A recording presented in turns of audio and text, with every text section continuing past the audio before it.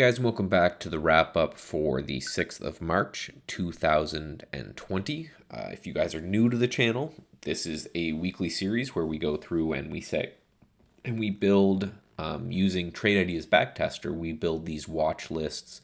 I scan through them knowing that there's a statistical advantage to them, and I try to add my own technical analysis skills and things that I've learned over the years of trading.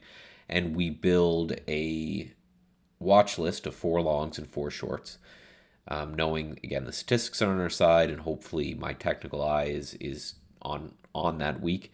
And then we feed that list into the Trade Ideas auto trader, and we have them trade it for us throughout the week. We close anything that's been opened on throughout the week down on Friday, and go into the weekend flat while we have this new list, and then Monday it kind of starts all over again. I kind of show you what happened this week, and then from there what I'm watching for next week, and then we repeat that as long as with my thoughts on just the overall market and everything that's going on.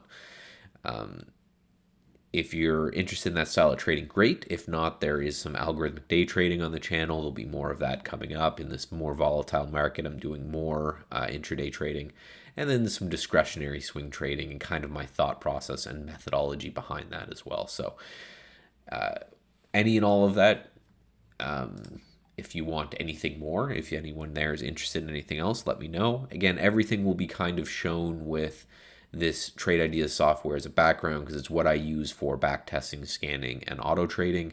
If you're interested, there's a link in the description below. Full disclosure, that's an affiliate link, so there'll be a bit of commission that comes back my way if you're interested in trying it out using that link. So, okay, let's quickly go over what we saw for this week. So, ignore this number here. We did not make $4.31 per share. We made 50 cents per share. And the difference is because Alarm.com closed way down here, and this was a long trade we were looking at, and then gapped up here. So let's quickly go through the performance, and then I'll go through my thought of the market after that. So here's the performance kind of year to date. We started this in the beginning-ish of January, February. I think I took the first week or so off in January. So $50 per 100 shares. These different lines are just this with 100 shares, 200 shares, 3, 4, and 5, depending on your risk style. So nothing really to write home about there. So if we take a look at the market this week, we have another kind of wild one. I have this on a weekly chart just to show you something that I think is really important, and that's just this incredibly long-legged doji that we see here. One of my favorite setups actually is a igniting candle followed by a tight little inside bar where the body, I don't really care too much about the tails, and then a continuation lower, just kind of showing a direction and then indecision and then hopefully a follow-up direction.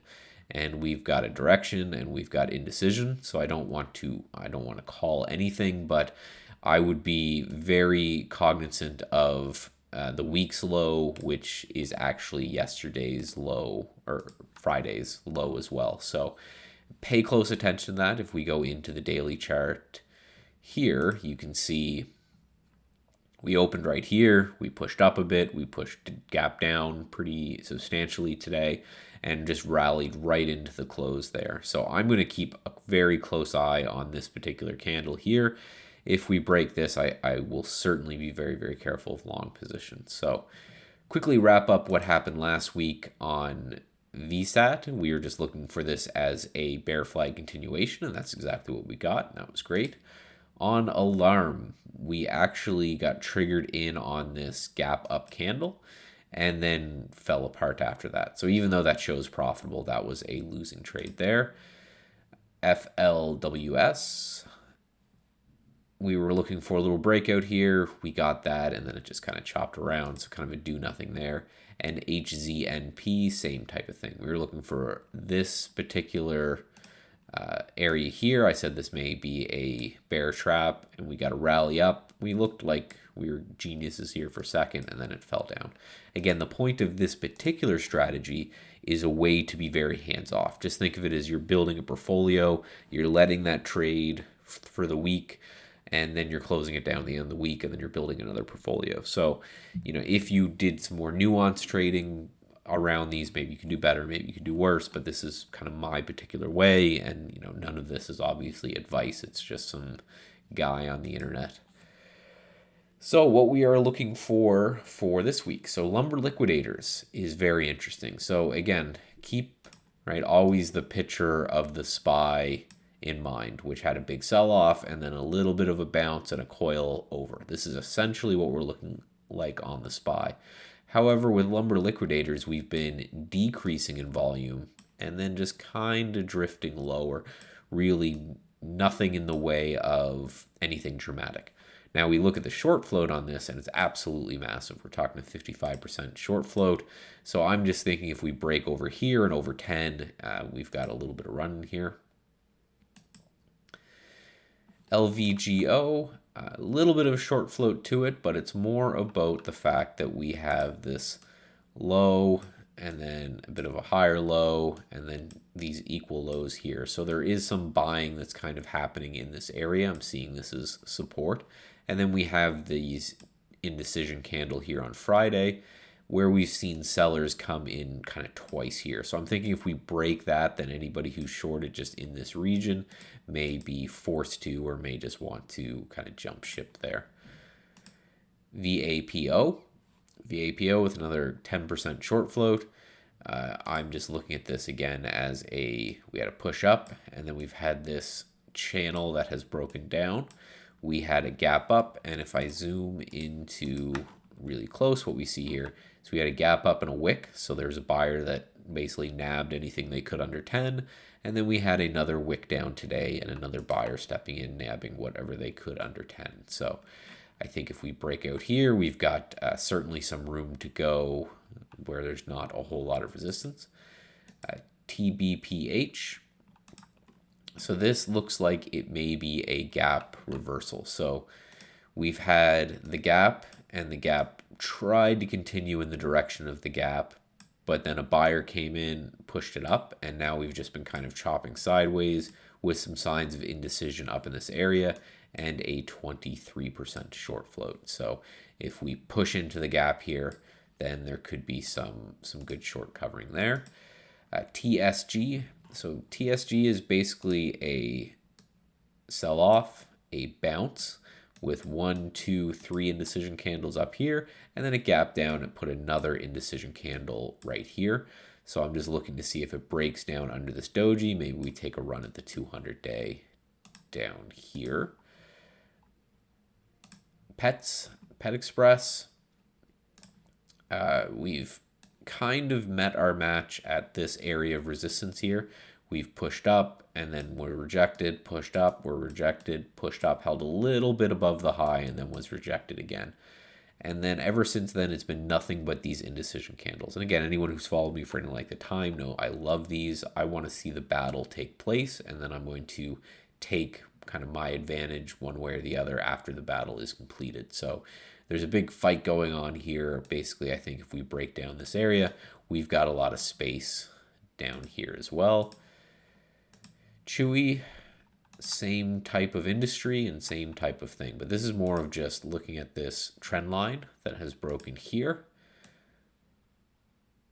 So we've snapped down below that and spent a couple days below. So I think if we continue, that could be a nice little push.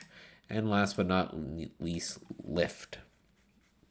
And Lyft is just your very, very typical bear flag. We've had a strong push down and we've had a few days running sideways.